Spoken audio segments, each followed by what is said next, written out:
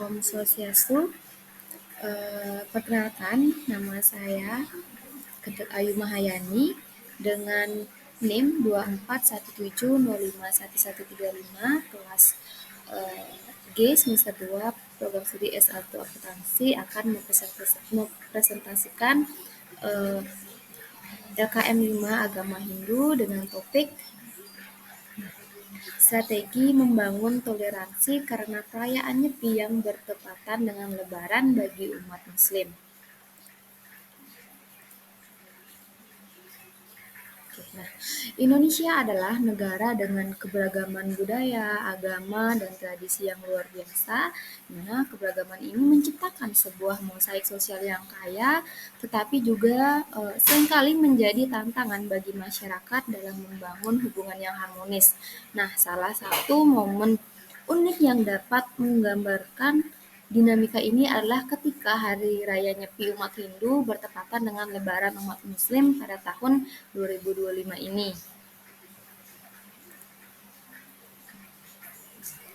Nah, kedua perayaan ini memiliki makna dan cara pelaksanaan yang sangat berbeda. Nah, Nyepi merupakan hari suci bagi umat Hindu yang menekankan keheningan, introspeksi diri, dan pengendalian diri, sementara Idul Fitri ini adalah hari kemenangan bagi umat Muslim yang dirayakan dengan sukacita, silaturahmi, serta berbagai tradisi sosial dan keagamaan.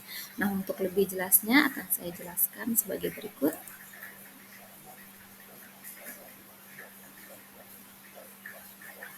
Nah, Nyepi merupakan hari suci umat Hindu yang dijalankan dengan penuh kesakralan dan disiplin.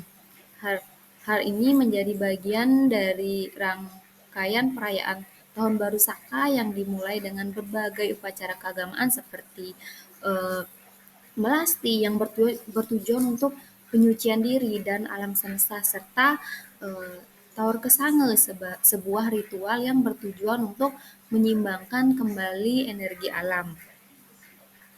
Di mana pada puncaknya umat Hindu ini menjalankan catur beratu penyepian, yaitu 4 pantangan utama yang harus ditaati selama Nyepi. Yang pertama ada amati geni, berarti tidak menyalakan api atau cahaya, termasuk listrik, sebagai simbol pengendalian hawa nafsu dan kesederhanaan. Nah, larangan ini juga mencerminkan penghormatan terhadap energi alam serta komitmen untuk hidup dalam keheningan. Selanjutnya yaitu amati lelungan, yaitu mengharuskan umat Hindu untuk tidak berpergian, sehingga contoh itu seperti jalan-jalan, tempat umum, dan pusat aktivitas itu menjadi sunyi, di mana hal ini bertujuan untuk menciptakan suasana yang mendukung refleksi diri serta menjaga ketertiban dalam menjalankan ibadah Nyepi. Selanjutnya yaitu amati karil, yaitu melarang segala bentuk aktivitas atau pekerjaan, baik itu fisik maupun intelektual. Yang terakhir yaitu amati lelamuan, yaitu menghindari segala bentuk hiburan dan kesenangan duniawi seperti mendengarkan musik, menonton televisi, atau kegiatan lain yang bersifat rekreatif.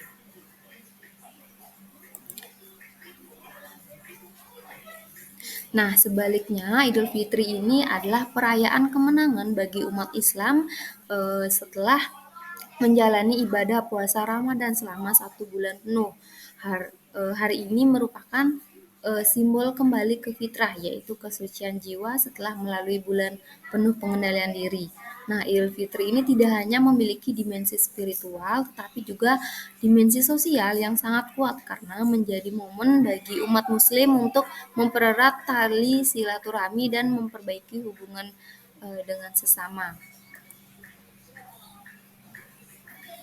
Di mana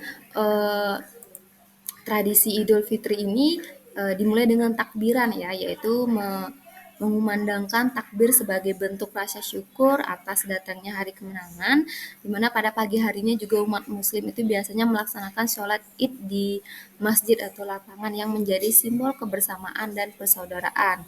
Nah, setelah itu mereka akan melanjutkan dengan silaturahmi, berkunjung ke rumah sanak saudara, tetangga, dan teman untuk saling bermaafan.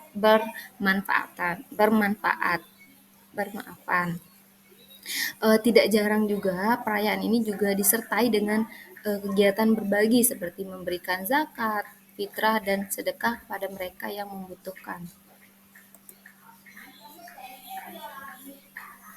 Nah, untuk memastikan bahwa perayaan Nyepi dan Idul Fitri ini dapat berjalan dengan harmonis tanpa saling mengganggu, diperlukan strategi toleransi yang melibatkan masyarakat, pemerintah, dan eh, tokoh agama.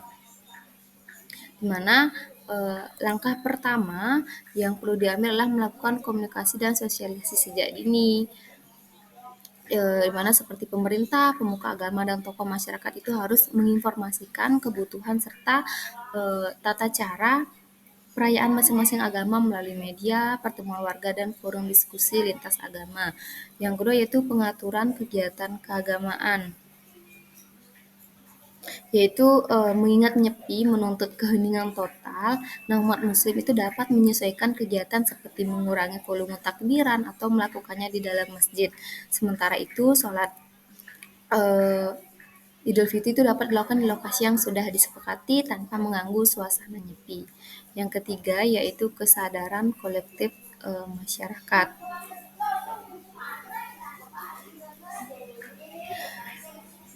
Nah, toleransi juga itu harus dibangun dari kesadaran kolektif masyarakat ya. Selain peran pemerintah dan tokoh agama, sikap saling menghormati dan menghargai keyakinan orang lain itu merupakan kunci utama dalam menciptakan kehidupan yang harmonis.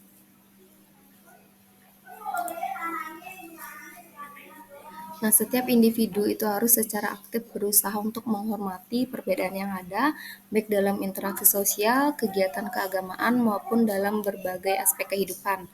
Tindakan nyata ini termasuk saling membantu, saling mendukung, dan memberikan ruang bagi perbedaan dalam kehidupan sehari-hari. Dengan begitu, toleransi akan menjadi bagian dari budaya kita yang hidup dan berkembang, bukan hanya menjadi wacana. Sekian pembahasan topik saya pada hari ini. Saya tutup dengan Paramasanti. Om Santi Santi Santi Om.